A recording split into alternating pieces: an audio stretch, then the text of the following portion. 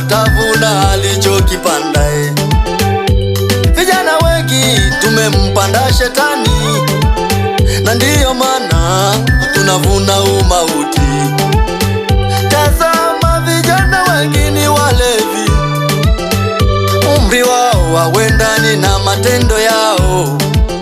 Familia zetu nyumbani zinateseka, na kipato chetu huwa kionekani. Vijana,